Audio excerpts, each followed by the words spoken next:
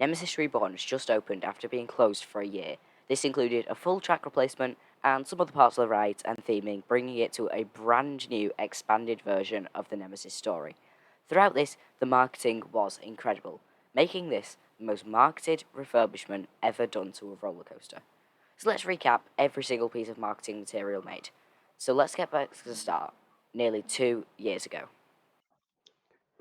So, on the 6th of November 2022, this is when Nemesis closed, the original one, and the last circuit of the train, I guess. This was also heavily themed by the Phalanx, with all the actors and sort of making it seem like Nemesis has breached its containment zone. This is the first video that they released for Nemesis. This shows the Phalanx spokesman talking about Nemesis's closure and how everything is under control. And then we didn't really hear much from them until they released the sign up thing on the website where you can sign up to receive Phalanx updates. And when we did, you got this first email saying that the database upload was complete, and it also gave you the investigation log code that in recent weeks has been revealed meant you could get a free poster in the first couple of weeks of the park opening. So they released a second email. This hints to the Phalanx research facility. This is later revealed to be Nemesis Subterra. It's got lots of like Easter eggs in that come later on in the storyline. On April 26th, we had the first official video, and that showed the track, and it as a tentacle with like the hand painted tentacle design, and it was shown in a warehouse where like the pilots were doing like tests on it and stuff. And then the next day, They released a video of them bringing the track into the park. This was done by Phalanx HGVs, which were quite cool.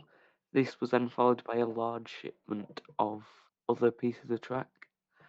And then it went in quite fast from there. First piece went in overnight. and then on May 8th, we got another email, and this was supposedly from an undercover employee. And this is the first of these we got. In the end, we ended up getting quite a few. Now, this was also the first hint to Subterra, well, apart from the Phalanx Research Facility.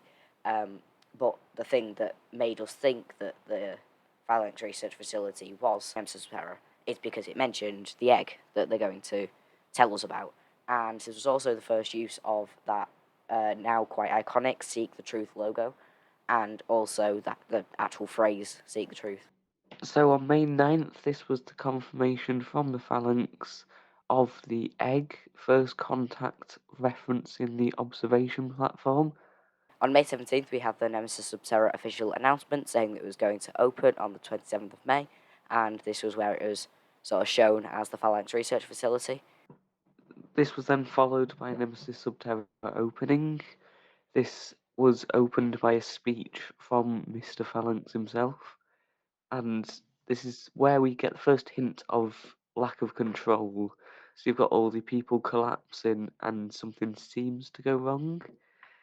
So this really is shown later in the storyline.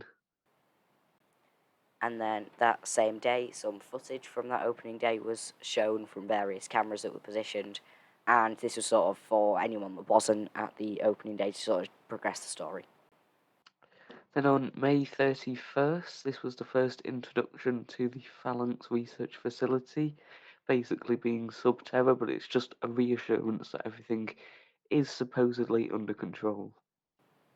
And then on July 15th, we had further contact from this undercover employee, and saying about how Nemesis is responding to the chemical and radiation tests. We now know this is obviously the Phalanx making it stronger.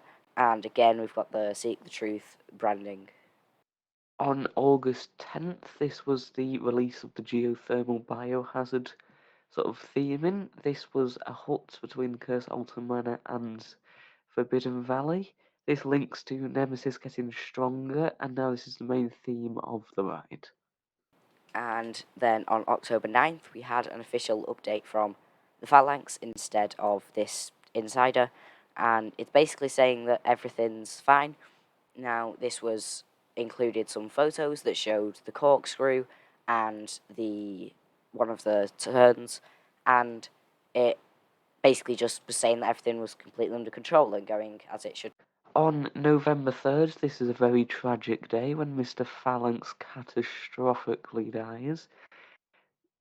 The first use of the slogan "Back with a Vengeance" is seen, and this is where the big red eye is first revealed. And then skip forward past Christmas and a bit further on, we now get January 8th, where the logo and the name was officially released. They did a cool little animation, and we officially saw the new Nemesis Reborn logo.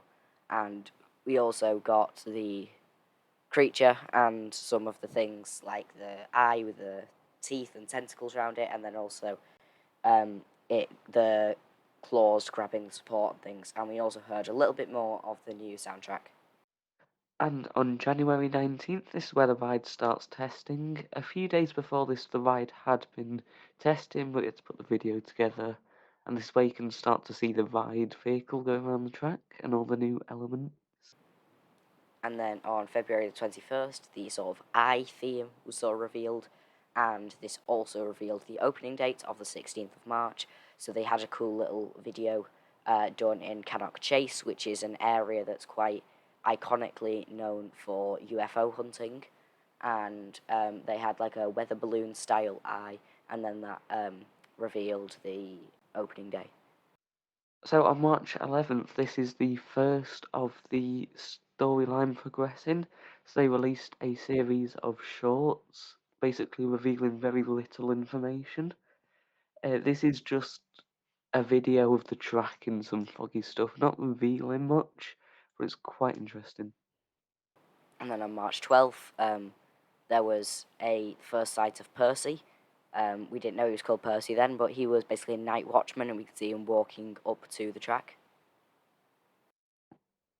Then on March 13th, this is where he enters the ride area. I don't know in the video if he gets sort of kidnapped here, but it just shows a little bit extra into the Nemesis area. And then also on March 13th, they did a not really canonical video, but it was just sort of more advertising the ride. That was like drone footage, and this showed us loads and loads more of the theming and everything, including like the searchlights on the first drop and loads of things like that. And then on March 15th, this is where we get a much more detailed video of the eye. This is where Percy gets tragically eaten along with Mr. Phalanx. I'm assuming they are both gone now, but we'll yet to see. And then this is the day before the ride actually opened. And then on March 16th, we've made it, the ride finally opened. But this isn't the end.